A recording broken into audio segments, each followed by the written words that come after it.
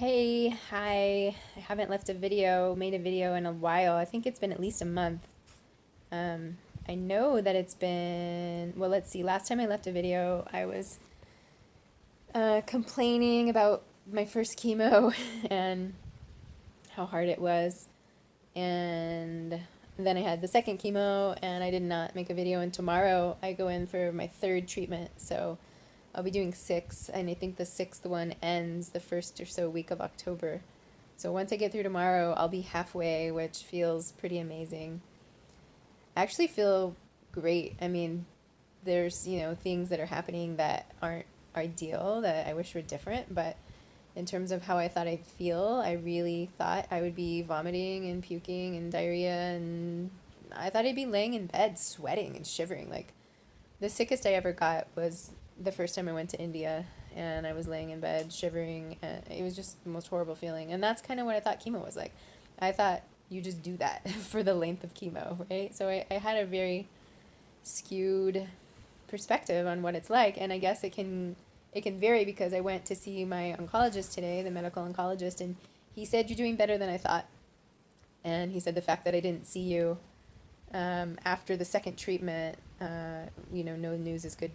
No news is good news. So I knew that you were doing pretty good. I actually feel like kind of congested in my throat, like I need to clear my throat. So yeah, I made it through the second, and it was quite different, I'll say, than the first. Um, I don't know how much of that had to do with the fact that I was just more used to it, but the second one I had some acid reflux and indigestion in a way that I didn't have the first time. I mean, my digestive tract has been a complete disaster the whole time. I mean, for the most part, it's either been constipation or diarrhea, and then occasionally I have a regular bowel movement. But this last time has just been really good. My digestion's actually just like been processing as normal.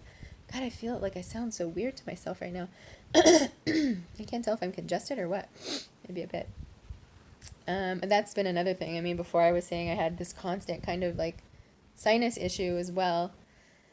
Um, but I don't have these huge, giant boulder boogers in my nose the way I did before. I mean, there's still a fair amount, but before I had a lot of blood, and it was like a Herculean effort to get some of these boulderish boogers out of my nose. I know it sounds probably gross, but this is just what it's like. This is the stuff that comes along with chemo. So, what else did I want to say? I know there was more. Yeah, I mean, the hardest thing has been for me not exercising, and it sounds ridiculous. I could just do something on the floor over here, but I'm just a creature of habit when it comes to my exercise routine, and I haven't been able to do it because I can't go into the heat. Not to mention, we've got 100-degree weather where we live. It's 100 degrees Fahrenheit, of course, and there are fires. There's this Redding fire, and I don't know how many miles away from us that is, but our sky is colored red and smoky, and I guess our air quality in Grass Valley is actually really bad. I had no idea. I didn't know we got all this smoke and foul pollution from Sacramento. I think it comes from Sacramento. So we have bad air quality, and it's even worse with all these fires. So I'm definitely feeling it. My eyes are watering on a regular basis. Um, have all this stuff going on here. So let's see. Yeah, I just set up a new appointment with the Stanford surgical oncologist and plastic surgeon because I got some really good advice from a friend of mine who was diagnosed after me but is ahead of me on her treatment schedule because she got right on the ball and just did chemo right out of the gate, which I did not do. So she recommended, number one, she recommended Xanax over Ativan, which is, I took Ativan to do the MRIs and to do the PET CT scan, although I don't think it was needed for the PET CT. And she said to do Xanax. I can't remember why, but the Ativan didn't really have that great of an effect on me anyway. He needed to increase the dose, so I might do that. The other thing is she said make sure you schedule with the oncologist for surgery before you finish the chemo because they're going to want to like get another MRI and probably an ultrasound, and there's all this. I mean, for me as well, I've had a real issue with insurance, so the process for approvals from my insurance sometimes takes 2 weeks, which seems outrageous to me, but that's how long it takes. And so yeah, so I basically moved ahead the appointment with the surgical oncologist to like just after the fifth chemo, and and the plastic surgeon, because I would like to get the ball rolling. I'm really ready to be off the couch. I think I think in some ways it would be easier if I could get outside. We live on a street that's really steep, and just walking up our hill to the top to the main road would be amazing exercise. And I can't do it. I really just can't go outside in this weather. And then it's really hot. So part of me wishes that I would have done chemo in winter, but last winter, but there was just no way I was mentally, psychologically, emotionally ready for it. I couldn't do it.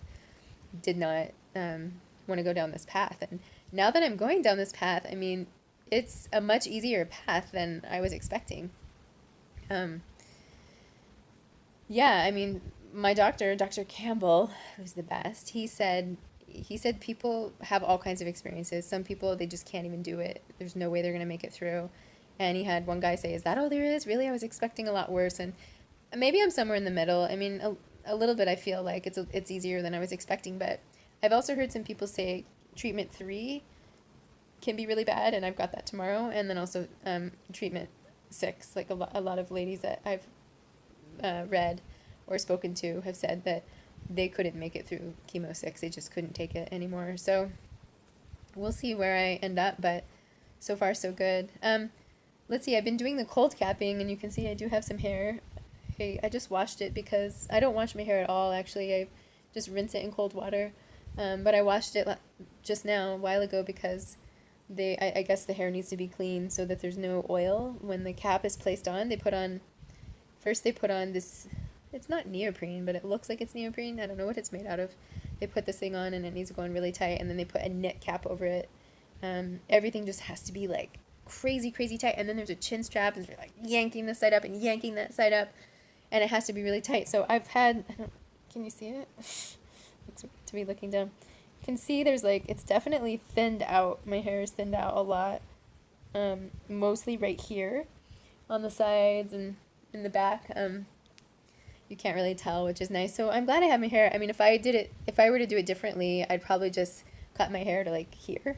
It was down my back, probably to my bra strap or so. And I probably would have cut my hair to here so that I would still have had hair, so that when some of it fell out, I could, do my hair in such a way that you wouldn't notice it as much. So if I were to go out into the sun right now, my scalp would definitely get burnt. So I've been wearing a hat, and that takes care of it. It also protects my face because the skin is really sensitive. My skin is actually thinned since chemo, and it's weird. And it's also smoothed out, but it kind of just feels like that's because it's thinned. It's very odd.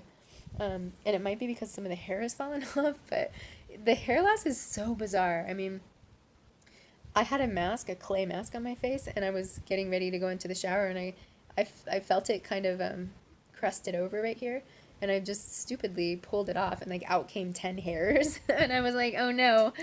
I mean, pulling my eyebrows out is not something I want to do. I don't want to give the chemo any help in that regard. And then also I stopped wearing mascara. Not that I'm wearing any makeup right now, but I'm only wearing eyeliner. I have oil in my eyes. I clean my eye makeup off with coconut oil. But I stopped wearing mascara because every time I clean my eyes, I did see some eyelashes falling out, and I don't want my eyelashes to fall out if I can help it. So I still have a lot of eyebrow. I still have most of my eyebrow, probably 95%, although it has thinned. And then a few eyelashes have come out. I heard some woman say that she was down to 5 eyelashes, and I'm like, oh my god, 5 eyelashes. I hope I have more than 5 in the end. But yeah, I mean, it's not so bad in the scheme of things. I was expecting to lose up to 40%. I'll pause it for a sec. All right, well, I guess that's all I had to say. I needed to pause it for a minute. But yeah, I've got treatment 3 tomorrow, and I'm looking forward to it. I'm looking forward to being halfway done, that's for sure, because I'm ready to take the world on again and get my exercise and health back. And then some. Recover, and then also excel. So yeah, I'm ready for that. So wish me luck. Thanks for being a part of this process with me and paying attention and giving me your love and support and encouragement. It really makes a difference, and I thank you deeply.